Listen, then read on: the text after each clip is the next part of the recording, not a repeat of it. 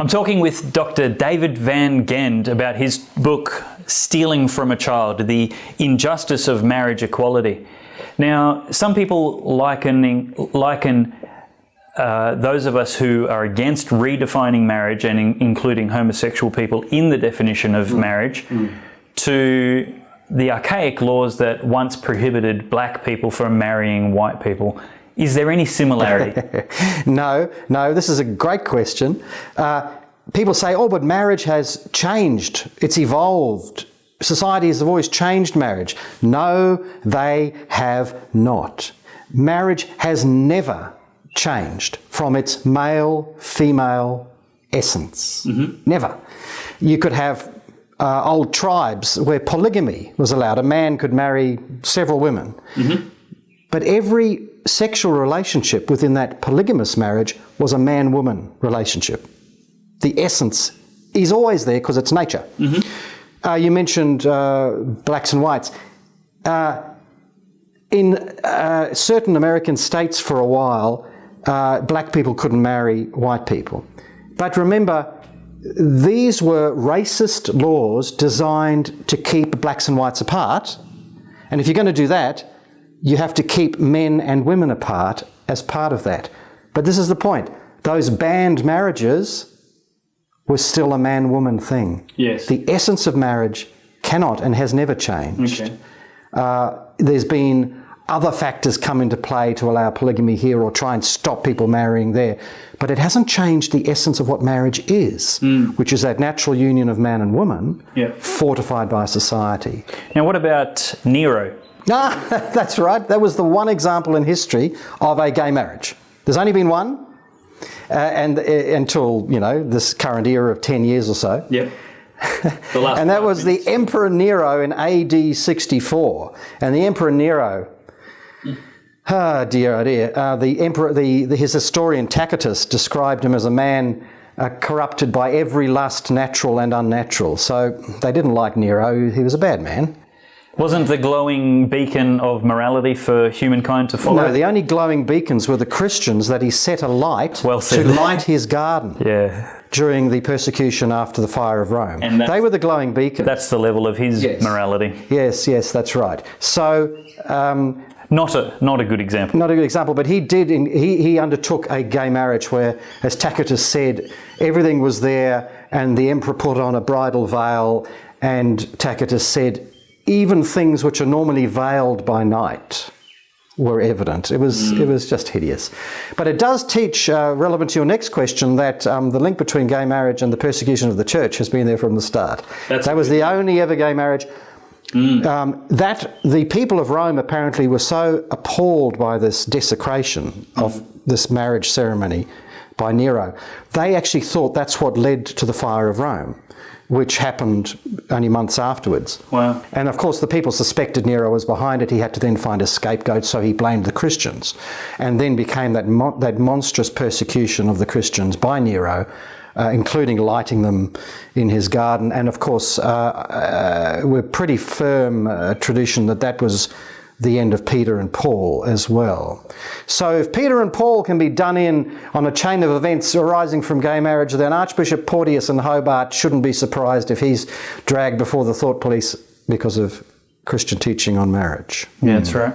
So religious persecution is already happening because of the thought police and allegations of hate speech where only basic disagreement in fact exists, no hate at all.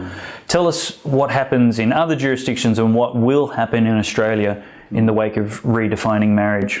It's very simple. There is no place, there's not enough room in this town for government-enforced homosexual orthodoxy and Christian moral orthodoxy. They cannot coexist.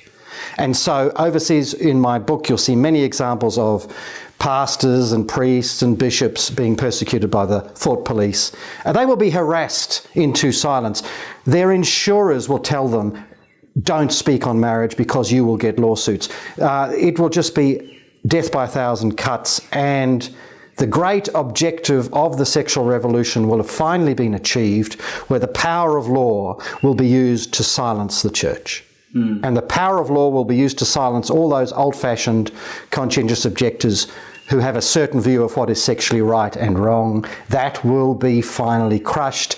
And if you read my chapter called The Silence of the Shepherds, read the end section, because I think it shows how profoundly this will reintroduce that sexually unconstrained culture that the ancient Israelites and Paul in his day were warning against and fighting against, essentially unconstrained sexuality of the idolatrous age. That sounds a bit weird and archaic.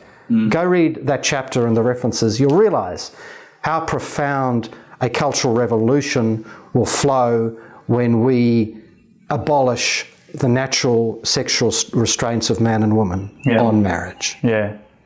Look, I thank you very much for the generous amount of time and hospitality you've given us in joining us on the show today. I really appreciate the investment of your life and research and time that you've put into the book. It's clear to me from reading it and from meeting you that your primary concern and our primary concern as a society should be for children, to make them the focus of our priorities in this. Tell me, what can people do to make this their concern? Thanks, Dave. Thanks, Dave. Please buy the book. You might be the 10,000th copy if you're quick. It's at Coorong. It's online. You can get a signed copy from me at australianmarriage.org, and it's coming out in Kindle version soon.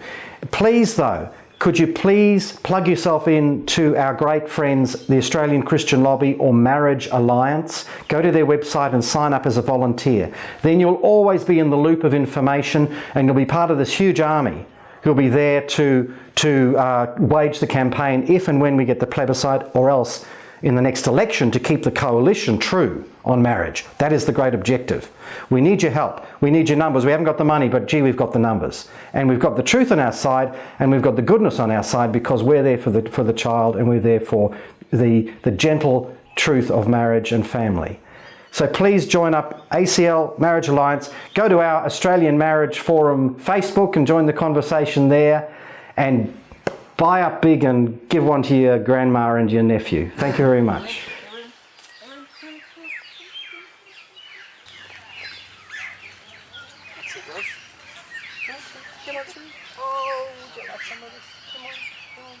Now, Dave, our girls never married. They're strictly career chicks, our four. I don't know where the fourth is, but this one, Hetty, is 15 years old, and she still lays for us now and then. She was a little worried a while back that the government was going to steal her superannuation nest egg, but I've assured her that policy is not changing.